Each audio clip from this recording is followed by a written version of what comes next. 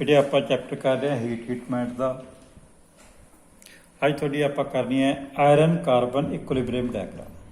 ये बेटे बहुत ज़्यादा इंपॉर्टेंट क्वेश्चन है तो पेपर के डेफिनेटली आता होंगे बड़े क्वेश्चन के draw and explain iron carbon equilibrium diagram.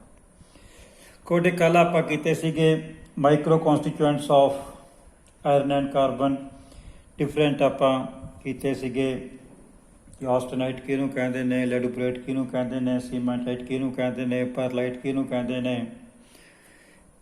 फिर आप different allotropic forms of iron कीतियां सीगियां कि जो आप 1539 तक गर्म करके उन्होंने आप ठंडा करते हैं किहड़ियां एलोट्रॉपिक फॉर्म्स अटेन करता है। अज बेटे आप कर लगे अगे iron carbon equilibrium diagram. It indicates transformations that take place in an alloy of iron carbon from pure iron to cementite, 6.67% carbon content. The temperature is represented on vertical axis and percentage of carbon on horizontal axis.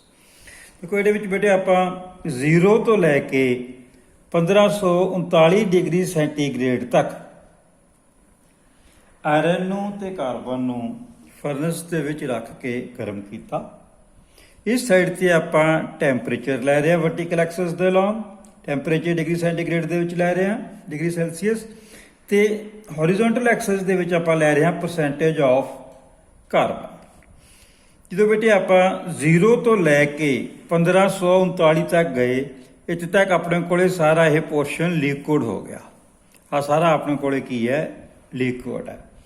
इस तो बाद आपां 1539 तक इत्थे अपने कोले delta iron बनया।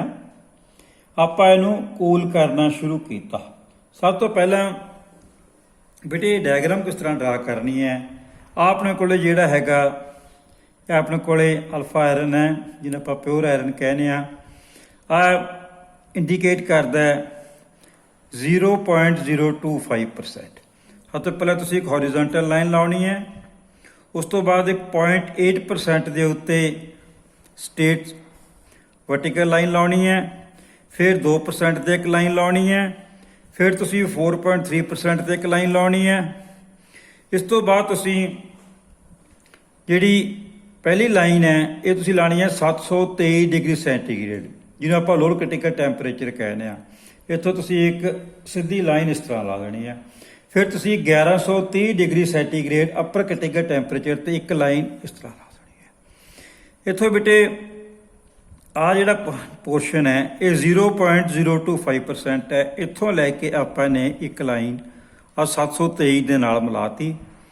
इत्थों आपां 900 तक इत्थे कम को परलाइट है। फिर आपां इस लाइन नूं सीधा इस लाइन नूं 723 डिग्री नूं इस लाइन नूं इधर नूं आपां उस तो बाद इत्थे जिहड़ा अपने कोले 0.8% है इत्थे ते आ 2% की लाइन है। इत्थे टैंपरेचर हैगा 1130 डिग्री सेंटीग्रेड, इहनूं आपां इहदे नाल मिलाता। आ 910 डिग्री तक आपां इहनूं इहदे नाल मिलाता। अपने कोल 1539 है, इहनूं इहदे नाल मिलाता। आ जिहड़ी लाइन है 4.3% कार्बन कंटेंट है ते 1130 टैंपरेचर है जिन्होंने आप जिटैक्टिक कहने आ, इहदे नाल मिलाता। इत्थों आपां इहनूं इहदे नाल मिलाता ते आ अपनी जिहड़ी हैगी है 6.67% कार्बन ते आपां ने एक सीधी लाइन लाउणी है। बेटे हुण आपां इहदा कूलिंग बिहेवियर नोट करना। देखो बेटे आपां 2% तक जे आयरन दे विच कार्बन कंटेंट है उहनूं आपां कहने आ स्टील। जे 0.8% तक है तो हाइपोजिटेक्टोइड स्टील है। जे 0.8 तो 2% तक तो हाइपर टेक्टोइड स्टील है। जे 2% तो लैके 4.3% तक है तो हाइपोजिटेक्टिक कास्ट आयरन है। जे 4.3 तो 6.67% तक है तो अपने को हाइपरजिटेक्टिक कास्ट आयरन है। मेन है बेटे 2% तक जे आप ऐड करते हैं स्टील है, 2% तो उपर सारा कास्ट आयरन है। तुसीं इत्थे इंडीकेट कर देना स्टील नूं 2% तक, 2% तो उपर सारा कास्ट आयरन है। हुण जो आप इहनूं उपरों कूल करना शुरू किया अपने को डेल्टा आयरन है, ਇਹ ਕਨਵਰਟ ਹੋਇਆ ਆਸਟੇਨਾਈਟ ਦੇ ਵਿੱਚ। ਕੱਲ ਆਪਾਂ ਕੀਤਾ ਆਸਟੇਨਾਈਟ ਸੋਲਿਡ ਸੋਲੂਸ਼ਨ ਆਇਰਨ ਤੇ ਕਾਰਬਨ ਦਾ। ਬੇਟੇ ਆਸਟੇਨਾਈਟ ਦੇਖੋ ਹੁਣ ਇਸ ਸਾਈਡ ਤੋਂ ਆ ਰਿਹਾ, ਸਾਰਾ ਲਿਕੁਇਡ ਹੈ, ਲਿਕੁਇਡ ਸਾਰਾ ਇੱਥੇ ਆਪਣੇ ਕੋਲ ਸੋਲਿਡਿਫਾਈ ਹੋਣਾ ਸ਼ੁਰੂ ਹੋ ਗਿਆ ਆਸਟੇਨਾਈਟ। ਇੱਥੇ ਆਪਣੇ ਕੋਲ ਕੀ ਹੈ, ਸੀਮੈਂਟਾਈਟ। ਲਿਕੁਇਡ ਆਪਣੇ ਕੋਲ ਸਾਡਾ ਲਿਕੁਇਡ ਦਾ ਆ ਰਿਹਾ ਤੇ ਇਧਰ ਆਪਣੇ ਕੋਲ ਸੀਮੈਂਟਾਈਟ ਆ ਰਿਹਾ, ਲਿਕੁਇਡ ਪਲੱਸ ਸੀਮੈਂਟਾਈਟ। ਇੱਥੇ ਆਪਣੇ ਕੋਲ ਆਸਟੇਨਾਈਟ ਆ ਰਿਹਾ ਤੇ ਇੱਥੇ ਆਪਣੇ ਕੋਲ ਫਾਰਮੇਸ਼ਨ ਹੋਈ ਲੈਡਬੂਰਾਈਟ ਦੀ, ਸੀਮੈਂਟਾਈਟ ਪਲੱਸ ਲੈਡਬੂਰਾਈਟ। ਆਸਟੇਨਾਈਟ ਇਸ ਸਾਈਡ ਤੋਂ ਆ ਰਿਹਾ ਤੇ ਇਹਦੇ ਵਿੱਚ ਲੈਡਬੂਰਾਈਟ ਐਡ ਹੋ ਰਿਹਾ ਹੈ। ਇੱਥੇ ਆਪਣੇ ਕੋਲ ਫਾਰਮੇਸ਼ਨ ਕਿਸ ਚੀਜ਼ ਦੀ ਹੋਈ, ਫਰਰਾਈਟ ਦੀ, ਜਿਹਨੂੰ ਆਪਾਂ ਪਿਓਰ ਆਇਰਨ ਕਹਿੰਦੇ ਆ ਜਿਹੜਾ ਪੋਰਸ਼ਨ ਹੈ ਆਪਣੇ ਕੋਲ ਦੇਖਿਆ, ਫਰਰਾਈਟ ਪਲੱਸ ਆਸਟੇਨਾਈਟ। ਫਰਦਰ ਆਪਾਂ ਜਦੋਂ ਕੁੱਲ ਕੀਤਾ ਇਹ ਜਿਹੜੇ ਕਨਵਰਟ ਹੋਇਆ ਫਰਰਾਈਟ ਪਲੱਸ ਪਰਲਾਈਟ, ਫਿਰ ਪਰਲਾਈਟ ਪਲੱਸ ਸੀਮੈਂਟਾਈਟ, ਸੀਮੈਂਟਾਈਟ ਇਸ ਸਾਈਡ ਤੋਂ ਆ ਰਿਹਾ ਹੈ, ਪਰਲਾਈਟ ਇਸ ਸਾਈਡ ਤੋਂ ਆ ਰਿਹਾ ਹੈ। ਫਿਰ ਆਪਣੇ ਕੋਲ ਇਸ ਸਾਈਡ ਤੋਂ ਕੀ ਹੈ, ਇੱਥੋਂ ਲੈਡਬੂਰਾਈਟ ਐਡ ਹੋ ਗਿਆ, ਸੀਮੈਂਟਾਈਟ ਪਲੱਸ ਪਰਲਾਈਟ ਪਲੱਸ ਲੈਡਬੂਰਾਈਟ। ਇੱਥੇ ਆਪਣੇ ਕੋਲ ਆਸਟੇਨਾਈਟ ਪਲੱਸ ਸੀਮੈਂਟਾਈਟ, ਆਸਟੇਨਾਈਟ ਪਲੱਸ ਲੈਡਬੂਰਾਈਟ, ਸੀਮੈਂਟਾਈਟ ਪਲੱਸ ਲੈਡਬੂਰਾਈਟ। ਇੱਥੇ ਆਪਣੇ ਕੋਲ ਸੀਮੈਂਟਾਈਟ ਪਲੱਸ ਲੈਡਬੂਰਾਈਟ।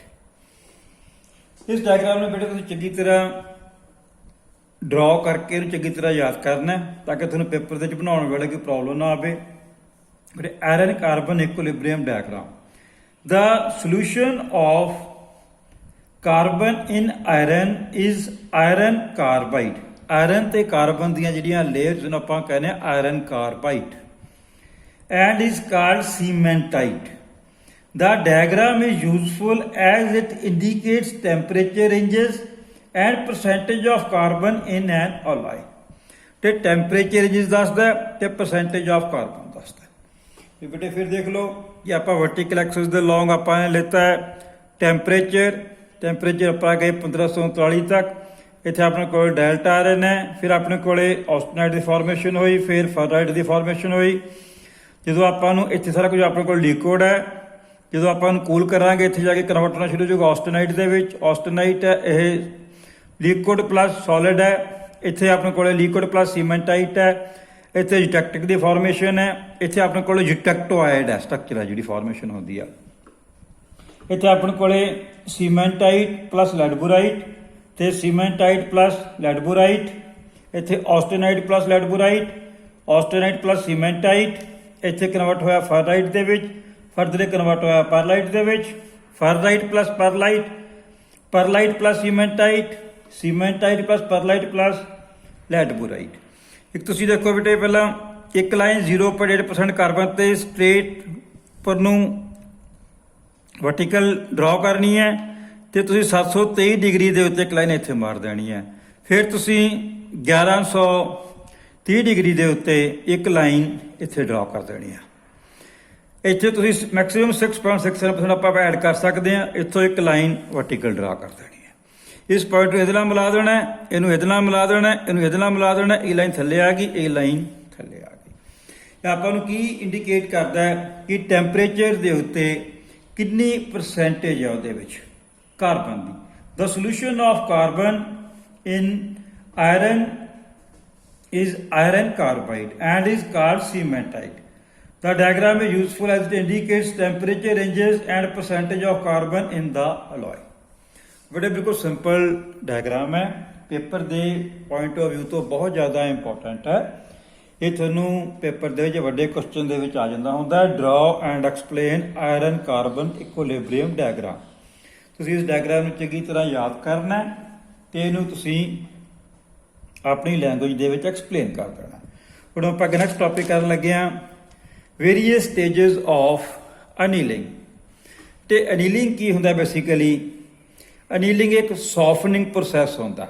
ਜਦੋਂ ਆਪਾਂ ਹੀਟ ਟ੍ਰੀਟਮੈਂਟ ਦੇ ਡਿਫਰੈਂਟ ਆਪਰੇਸ਼ਨਸ ਕਰਦੇ ਹਾਂ ਤਾਂ ਉਹਦੇ ਵਿੱਚ ਫਸਟ ਆਪਣਾ ਪ੍ਰੋਸੈਸ ਹੁੰਦਾ ਹੈ ਅਨੀਲਿੰਗ, ਜਿਹਨੂੰ ਆਪਾਂ ਕਹਿੰਦੇ ਹਾਂ ਕਿ ਸੌਫਨਿੰਗ ਪ੍ਰੋਸੈਸ ਹੈ। ਅਨੀਲਿੰਗ ਇੱਕ ਸੌਫਨਿੰਗ ਪ੍ਰੋਸੈਸ ਹੈ ਜਿਹਦੇ ਵਿੱਚ ਕੰਪਲੀਟ ਸਟ੍ਰੈਸਸ ਤੇ ਸਟ੍ਰੇਨਸ ਐਲੀਮੀਨੇਟ ਹੋ ਜਾਂਦੀਆਂ ਨੇ, ਡਕਟਿਲਿਟੀ ਤੇ ਮੈਲੇਬਿਲਿਟੀ ਇਨਕਰੀਜ਼ ਹੋ ਜਾਂਦੀ ਹੈ, ਸਟਰੈਂਥ ਤੇ ਹਾਰਡਨੈਸ ਰਿਡਿਊਸ ਹੋ ਜਾਂਦੀ ਹੈ, ਨਵੇਂ ਗ੍ਰੇਨਸ ਦੀ ਫਾਰਮੇਸ਼ਨ ਹੋ ਜਾਂਦੀ ਹੈ।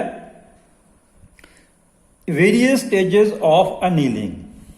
These are phenomena associated with annealing If the temperature is raised, the metal tries to approach equilibrium through 3 stages. ਜੇ ਬੇਟੇ ਆਪਾਂ ਕਿਸੇ ਵੀ ਮੈਟਲ ਨੂੰ ਫਰਨੈਸ ਦੇ ਵਿੱਚ ਰੱਖ ਕੇ ਉਹਦਾ ਟੈਂਪਰੇਚਰ ਇਨਕਰੀਜ਼ ਕਰਦੇ ਹਾਂ। ਟੈਂਪਰੇਚਰ ਆਪਾਂ 0 ਤੋਂ ਲੈ ਕੇ ਹੀਲਿੰਗ ਦੇ ਵਿੱਚ ਆਪਾਂ 900 ਡਿਗਰੀ ਤੋਂ ਉੱਪਰ ਤੱਕ ਫਰਨੈਸ ਦੇ ਵਿੱਚ ਰੱਖ ਕੇ ਇਨਕਰੀਜ਼ ਕਰਦੇ ਹਾਂ। ਫਿਰ ਉਹਨੂੰ ਕੁਝ ਟਾਈਮ ਦੇ ਲਈ ਉੱਤੇ ਹੋਲਡ ਕਰਦੇ ਹਾਂ, ਫਿਰ ਉਹਦੀ ਟਰਾਂਸਫਾਰਮੇਸ਼ਨ ਹੁੰਦੀ ਹੈ। ਨੀਲਿੰਗ ਦੇ ਕੇਸ ਦੇ ਵਿੱਚ ਆਪਾਂ ਸਪੈਸੀਮਨ ਨੂੰ ਫਰਨੈਸ ਦੇ ਵਿੱਚ ਰੱਖ ਕੇ ਹੀ ਕੂਲ ਕਰਦੇ ਹਾਂ। ਉਸ ਟੈਂਪਰੇਚਰ ਤੇ ਜਾ ਕੇ ਹੋਲਡ ਕਰਨ ਤੋਂ ਬਾਅਦ ਫਰਨੈਸ ਨੂੰ ਬੰਦ ਕਰ ਦਿੰਦੇ ਆ ਤੇ ਸਪੈਸੀਮਨ ਨੂੰ ਫਰਨੈਸ ਦੇ ਵਿੱਚ ਰੱਖ ਕੇ ਕੂਲ ਕਰਦੇ ਆ। ਉਹਨੂੰ ਆਪਾਂ ਅਨੀਲਿੰਗ ਕਹਿੰਦੇ ਤਾਂ ਕਿ ਉਹਨੂੰ ਕਿਸੇ ਕਿਸਮ ਦਾ ਐਕਸਪੋਜ਼ਰ ਨਾ ਹੋਵੇ। ਨਾ ਉਹਨੂੰ ਆਪਾਂ ਬਸ ਸਟਿਲ ਏਅਰ ਦੇ ਵਿੱਚ ਨਾ ਕਿਸੇ ਕੁਐਂਚਿੰਗ ਮੀਡੀਆ ਵਿੱਚ ਡਿਪ ਨਹੀਂ ਕਰਦੇ, ਉਹਨੂੰ ਫਰਨੈਸ ਦੇ ਵਿੱਚ ਰੱਖ ਕੇ ਕੂਲ ਕਰਦੇ ਆ। ਜਿਹੜਾ ਫਸਟ ਪ੍ਰੋਸੈਸ ਹੈ ਉਹਨੂੰ ਆਪਾਂ ਕਹਿੰਦੇ ਆ ਰਿਕਵਰੀ। ਦੇਖੋ ਆਪਣਾ ਕੋਲ ਫਸਟ ਪ੍ਰੋਸੈਸ ਕੀ ਹੈ? ਆ ਰਿਕਵਰੀ। ਰਿਕਵਰੀ ਵਿੱਚ ਆਪਣੇ ਕੋਲ ਕੀ ਹੈ? Cold work and recover. ਆ ਨੈਟਵਰਕ ਹੈ ਬੇਟੇ ਗ੍ਰੇਨਸ ਦਾ, ਜਿਹੜਾ ਆਪਣੇ ਕੋਲ ਇੱਕ ਡੈਂਸ ਨੈਟਵਰਕ ਹੈ। ਆ ਡੈਂਸ ਨੈਟਵਰਕ ਹੈ। ਇਸ ਸਾਈਡ ਤੇ ਆਪਾਂ ਲਿੱਤੀ ਹੈ ਪਰਸੈਂਟੇਜ ਆਫ ਕਾਰਬਨ ਲਿੱਤੀ ਹੈ ਤੇ ਇਧਰ ਆਪਾਂ ਨੇ ਉਹਦਾ ਮਟੀਰੀਅਲ ਦੀਆਂ ਪ੍ਰੋਪਰਟੀਜ਼ ਲਾਈਆਂ ਨੇ। ਫਸਟ ਆਪਾਂ ਨੇ ਪ੍ਰੋਪਰਟੀ ਲਿੱਤੀ ਹੈ ਮਟੀਰੀਅਲ ਦੀ ਇੰਟਰਨਲ ਸਟ੍ਰੈਸਸ ਤੇ ਸਟ੍ਰੇਨਸ। ਫਸਟ ਪ੍ਰੋਸੈਸ ਰਿਕਵਰੀ ਦੇ ਵਿੱਚ ਦੇਖੋ ਕੀ ਹੋ ਰਿਹਾ ਬੇਟੇ, ਜਦੋਂ ਆਪਾਂ ਸਪੈਸੀਮਨ ਨੂੰ ਗਰਮ ਕਰਦੇ ਹਾਂ ਤਾਂ ਉਹਦੀਆਂ ਇੰਟਰਨਲ ਸਟ੍ਰੈਸਸ ਤੇ ਸਟ੍ਰੇਨਸ ਐਲੀਮੀਨੇਟ ਹੋਣੀਆਂ ਸ਼ੁਰੂ ਹੋ ਗਈਆਂ। ਉਹਦੀ ਸਟਰੈਂਥ ਤੇ ਹਾਰਡਨੈਸ ਦੇ ਉੱਤੇ ਕੋਈ ਇੰਪੈਕਟ ਨਹੀਂ ਪਿਆ। ਉਹਦੀ ਡਕਟਿਲਿਟੀ ਇਨਕਰੀਜ਼ ਹੋਣੀ ਸ਼ੁਰੂ ਹੋ ਗਈ ਤੇ ਮੈਲੇਬਿਲਿਟੀ ਵੀ ਇਨਕਰੀਜ਼ ਹੋਣੀ ਸ਼ੁਰੂ ਹੋ ਜਾਏਗੀ। ਤੇ ਉਹਦਾ ਜਿਹੜਾ ਨੈਟਵਰਕ ਹੈ ਉਹ ਐਜ਼ ਇਟ ਇਜ਼ ਰਹੇਗਾ। ਜਿਹੜਾ ਉਹਦਾ ਮਾਈਕਰੋ ਸਟਰਕਚਰ ਹੈ, ਮਾਈਕਰੋਗ੍ਰਾਫ ਹੈ, ਉਹ ਐਜ਼ ਇਟ ਇਜ਼ ਰਹੇਗਾ ਫਸਟ ਪ੍ਰੋਸੈਸ ਰਿਕਵਰੀ ਦੇ ਵਿੱਚ। ਸੈਕੰਡ ਪ੍ਰੋਸੈਸ ਹੈ ਆਪਣੇ ਕੋਲ ਰੀਕ੍ਰਿਸਟਲਾਈਜੇਸ਼ਨ। ਰੀਕ੍ਰਿਸਟਲ ਮਤਲਬ ਕਿ ਨਵੇਂ ਗ੍ਰੇਨਸ ਬਣਨੇ ਸ਼ੁਰੂ ਹੋ ਚੁੱਕੇ ਨੇ। ਇਹਦੇ ਵਿੱਚ ਜਿਹੜੀ ਸਟਰੈਂਥ ਹੈ ਤੇ ਹਾਰਡਨੈਸ ਹੈ ਉਹ ਰਿਡਿਊਸ ਹੋਏਗੀ। ਦੇਖੋ ਆ ਰਿਡਿਊਸ ਹੋ ਰਹੀ ਹੈ, ਆ ਇੱਕਦਮ ਰਿਡਿਊਸ ਹੋ ਰਹੀ ਹੈ। ਡਕਟਿਲਿਟੀ ਇਨਕਰੀਜ਼ ਹੋ ਰਹੀ ਹੈ, ਮੈਲੇਬਿਲਿਟੀ ਵੀ ਇਹਦੇ ਵਿੱਚ ਇਨਕਰੀਜ਼ ਹੋਏਗੀ ਤੇ ਇੰਟਰਨਲ ਸਟ੍ਰੈਸਸ ਤੇ ਸਟ੍ਰੇਨਸ ਕੰਪਲੀਟਲੀ ਐਲੀਮੀਨੇਟ ਹੋ ਜਾਣਗੀਆਂ ਰੀਕ੍ਰਿਸਟਲਾਈਜੇਸ਼ਨ ਪ੍ਰੋਸੈਸ ਦੇ ਵਿੱਚ। ਦੇਖੋ ਇਹਦੇ ਵਿੱਚ ਕੀ ਹੈ, ਨਵੇਂ ਗ੍ਰੇਨਸ ਬਣਨੇ ਸ਼ੁਰੂ ਹੋ ਗਏ। ਆ ਨਵੇਂ ਗ੍ਰੇਨਸ ਨੇ ਜਿਹੜੇ ਆ ਨਵੇਂ ਗ੍ਰੇਨਸ ਨੇ, ਆ ਨਵੇਂ ਗ੍ਰੇਨਸ ਬਣਨੇ ਸ਼ੁਰੂ ਹੋ ਗਏ। ਥਰਡ ਪ੍ਰੋਸੈਸ ਆਪਾਂ ਕਹਿੰਦੇ ਆ recrystallisation. Recovery recrystallisation of grain growth polygonisation. ਇੱਥੇ ਆਪਣੇ ਕੋਲੇ ਨਵੇਂ ਗ੍ਰੇਨਸ ਬਣਨੇ ਸ਼ੁਰੂ ਹੋ ਚੁੱਕੇ ਨੇ ਤੇ ਗ੍ਰੇਨਸ ਦਾ ਸਾਈਜ਼ ਵੱਧ ਰਿਹਾ ਹੈ। ਇਹਦੇ ਨਾਲ ਕੀ ਹੈ, ਰੀਕ੍ਰਿਸਟਲਾਈਜੇਸ਼ਨ ਪ੍ਰੋਸੈਸ ਦੇ ਵਿੱਚ ਇੰਟਰਨਲ ਸਟ੍ਰੈਸਸ ਤੇ ਸਟ੍ਰੇਨਸ ਐਲੀਮੀਨੇਟ ਹੋ ਚੁੱਕੀਆਂ ਨੇ, ਇੱਥੇ ਬਿਲਕੁਲ ਕੰਪਲੀਟਲੀ ਖਤਮ ਹੋ ਚੁੱਕੀਆਂ ਨੇ। ਡਕਟਿਲਿਟੀ ਤੇ ਸਲਾਈਟਲੀ ਇੰਪੈਕਟ ਪੈ ਰਿਹਾ ਹੈ, ਮੈਲੇਬਿਲਿਟੀ ਤੇ ਸਲਾਈਟਲੀ ਇੰਪੈਕਟ ਪਏਗਾ, ਸਟਰੈਂਥ ਤੇ ਹਾਰਡਨੈਸ ਦੇ ਉੱਤੇ ਵੀ ਸਲਾਈਟਲੀ ਫਰਕ ਪਏਗਾ ਤੇ ਜਿਹੜਾ ਗ੍ਰੇਨ ਸਾਈਜ਼ ਹੈ ਬਿਲਕੁਲ ਨਵਾਂ ਗ੍ਰੇਨਸ ਬਣ ਚੁੱਕੇ ਨੇ ਇਹਦੇ ਵਿੱਚ। ਤੇ ਪੇਪਰ ਦੇ ਵਿੱਚ ਇਹ ਵੀ ਕੁਐਸਚਨ ਆ ਜਾਂਦਾ ਹੈ, what is the impact of grain size on mechanical properties of material.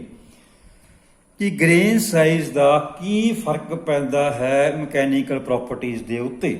First ਆਪਾਂ ਪ੍ਰੋਸੈਸ ਲਿਆ recovery. Recovery is a process that involves heating of metals to about 0.5 Tm, where Tm is the melting point of metal.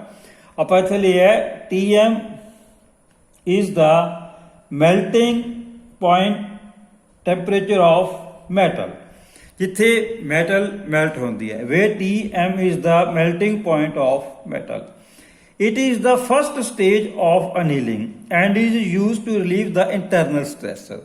ਇਹ ਪਹਿਲੀ stage ਹੈ, ਪਹਿਲੀ ਕਹਿੰਦਾ ਹੈ recovery. ਇਹ ਚ ਕੀ ਹੈ, ਇੰਟਰਨਲ ਸਟ੍ਰੈਸਸ ਤੇ ਸਟ੍ਰੇਨਸ ਐਲੀਮੀਨੇਟ ਹੋਣੀਆਂ ਸ਼ੁਰੂ ਹੋਈਆਂ। ਥੋੜੀ ਜੀ ਡਕਟਿਲਿਟੀ ਇਨਕਰੀਜ਼ ਹੋਈ, ਮੈਲੇਬਿਲਿਟੀ ਇਨਕਰੀਜ਼ ਹੋਈ, ਸਟਰੈਂਥ ਤੇ ਹਾਰਡਨੈਸ ਦੇ ਉੱਤੇ ਕੋਈ ਵੀ ਇੰਪੈਕਟ ਪਿਆ, ਗ੍ਰੇਨ ਸਾਈਜ਼ ਦੇ ਉੱਤੇ ਕੋਈ ਵੀ ਇੰਪੈਕਟ ਨਹੀਂ ਪਿਆ। Second is recrystallisation. ਨਵੇਂ ਗ੍ਰੇਨਸ ਬਣਨੇ ਸ਼ੁਰੂ ਹੋ ਚੁੱਕੇ ਨੇ। It is the next stage of annealing process which proceeds at higher temperature. Recovery ਤੋਂ ਬਾਅਦ ਸ਼ੁਰੂ ਹੋ ਜਾਂਦਾ ਹੈ recrystallization. It is the next stage of annealing process which proceeds at higher temperature. It occurs at about 0.3 Tm. Tm is the melting temperature of metal and 0.3 Tm and in alloys about 0.5 Tm melting temperature। ਇਹਦੇ ਵਿੱਚ ਕੀ ਹੈ, ਡਕਟਿਲਿਟੀ ਤੇ ਮੈਲੇਬਿਲਿਟੀ increase ਹੋਏਗੀ, internal stress ਤੇ ਸਟ੍ਰੇਨਸ eliminate ਹੋਣਗੀਆਂ, eliminate ਹੋ ਗਈਆਂ, ਨਵੇਂ ਗ੍ਰੇਨਸ ਦੀ ਫਾਰਮੇਸ਼ਨ ਸ਼ੁਰੂ ਹੋ ਚੁੱਕੀ ਹੈ। ਪੁਰਾਣੇ ਜਿਹੜੇ ਗ੍ਰੇਨਸ ਨੇ, ਜਿਹੜਾ ਕੋਲਡ ਵਰਕਡ ਮਟੀਰੀਅਲ ਹੈ, ਉਹਦੇ ਨਵੇਂ ਗ੍ਰੇਨਸ ਬਣਨੇ ਸ਼ੁਰੂ ਹੋ ਚੁੱਕੇ ਨੇ। ਥਰਡ ਇਜ਼ ਗ੍ਰੇਨ ਗਰੋਥ, ਕਿ ਨਵੇਂ ਗ੍ਰੇਨਸ ਬਣ ਚੁੱਕੇ ਨੇ। Grain growth, it is a process of growing new crystals at temperature above 0.5 Tm. It is the third stage of annealing. Heating beyond recrystallization temperature range causes the size of recrystallized grains to increase. ਇਹਨੂੰ ਆਪਾਂ ਕਹਿੰਦੇ ਆ grain growth, ਕਿ ਨਵੇਂ grains ਬਣ ਚੁੱਕੇ ਨੇ ਤੇ ਉਹਨਾਂ ਦਾ ਸਾਈਜ਼ ਇਨਕਰੀਜ਼ ਹੋ ਚੁੱਕਿਆ। ਇਹਦੇ ਨਾਲ ਡਕਟਿਲਿਟੀ ਵੀ ਜਿਹੜੀ ਹੈ ਇਨਕਰੀਜ਼ ਕੀਤੀ ਹੈ ਤੇ ਮੈਲੇਬਿਲਿਟੀ ਵੀ ਇਨਕਰੀਜ਼ ਕੀਤੀ ਹੈ। ਸਟਰੈਂਥ ਤੇ ਹਾਰਡਨੈਸ ਦੇ ਉੱਤੇ ਸਲਾਈਟਲੀ ਇੰਪੈਕਟ ਪਿਆ। ਇੰਟਰਨਲ ਸਟ੍ਰੈਸ ਰੈਜ਼ਿਸਟੈਂਸ ਪਹਿਲਾਂ ਹੀ ਵਿੱਚੋਂ ਐਲੀਮੀਨੇਟ ਹੋ ਚੁੱਕੀਆਂ ਨੇ। ਇਹ ਬੇਟੇ ਆਪਾਂ ਕੰਪਲੀਟ ਐਨੀਲਿੰਗ ਕਰਨੀ ਹੈ, ਸੌਫਨਿੰਗ ਕਰਨੀ ਹੈ। ਆਪਣੇ ਕੋਲ 3 ਪ੍ਰੋਸੈਸ ਨੇ। First is recovery, second is recrystallisation, third is grain growth. ਬੇਟੇ 3 ਪ੍ਰੋਸੈਸ ਕਰਕੇ ਆਪਾਂ ਸਪੈਸੀਮਨ ਦੀਆਂ ਪ੍ਰੋਪਰਟੀਜ਼ ਨੂੰ ਇਨਕਰੀਜ਼ ਕਰ ਸਕਦੇ ਹਾਂ। ਸਟ੍ਰੈਸਸ, ਇੰਟਰਨਲ ਸਟ੍ਰੈਸ ਨੂੰ ਐਲੀਮੀਨੇਟ ਕਰ ਸਕਦੇ ਹਾਂ, ਡਕਟਿਲਿਟੀ ਮੈਲੇਬਿਲਿਟੀ ਇਨਕਰੀਜ਼ ਕਰ ਸਕਦੇ ਹਾਂ, ਸਟਰੈਂਥ ਤੇ ਹਾਰਡਨੈਸ ਨੂੰ ਰਿਡਿਊਸ ਕਰ ਸਕਦੇ ਹਾਂ, ਨਵੇਂ ਗ੍ਰੇਨਸ ਬਣਾ ਸਕਦੇ ਹਾਂ ਉਹਦੇ ਵਿੱਚ। ਥੈਂਕ ਯੂ ਬੇਟੀ। ਇਹ ਵੀ ਕੁਐਸਚਨ ਥੋੜਾ ਬਹੁਤ ਜ਼ਿਆਦਾ ਇੰਪੋਰਟੈਂਟ ਹੈ ਪੇਪਰ ਦੇ ਵਿੱਚ। ਇਹ ਵੀ ਕਈ ਵਾਰ ਪੁੱਛ ਲੈਂਦੇ ਨੇ ਕੁਐਸਚਨ। ਜਿਹੜੀ ਆਇਰਨ ਕਾਰਬਨ ਡਾਇਗਰਾਮ ਹੈ ਤੇ ਟਾਈਮ ਟੈਂਪਰੇਚਰ ਟਰਾਂਸਫਾਰਮੇਸ਼ਨ ਡਾਇਗਰਾਮ ਹੈ, ਇਹ ਬੇਟੇ ਦੋਨੋਂ ਬਹੁਤ ਜ਼ਿਆਦਾ ਚੰਗੀ ਤਰ੍ਹਾਂ ਤੁਸੀਂ ਇਹਦੇ 'ਤੇ ਕੰਸਨਟਰੇਟ ਕਰਨਾ। ਆਇਰਨ ਕਾਰਬਨ ਡਾਇਗਰਾਮ ਤੇ ਟਾਈਮ ਟੈਂਪਰੇਚਰ ਡਾਇਗਰਾਮ ਤੁਹਾਨੂੰ ਪੇਪਰ ਦੇ ਵਿੱਚ ਇਹ ਤਕਰੀਬਨ ਕੁਐਸਚਨ ਪੁੱਛਿਆ ਜਾਂਦਾ। ਥੈਂਕ ਯੂ ਬੇਟੇ।